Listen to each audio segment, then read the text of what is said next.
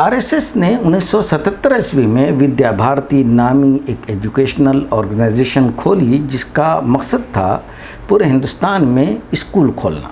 1990 तक विद्या भारती के स्कूलों की तादाद 5000 थी। 2003 में उसकी तादाद 10,000 हो गई, जिसमें 17 लाख बच्चे पढ़ा करते थे। 2024 आते आते 12,098 स्कूल आरएसएस ने कायम कर दिए, जिसमें 33 स्कूल इस साल कायम हुए।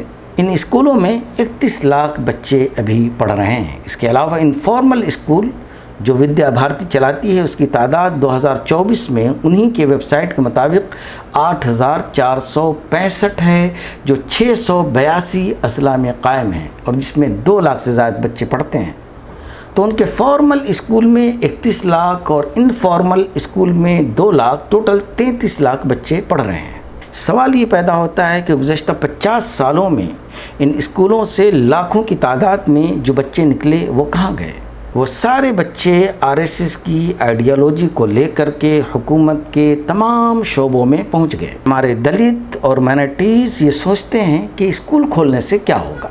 आप भी स्कूलों का जाल हिंदुस्तान में फैला दीजिए और फिर देखिए कि रिज़ल्ट क्या आता है।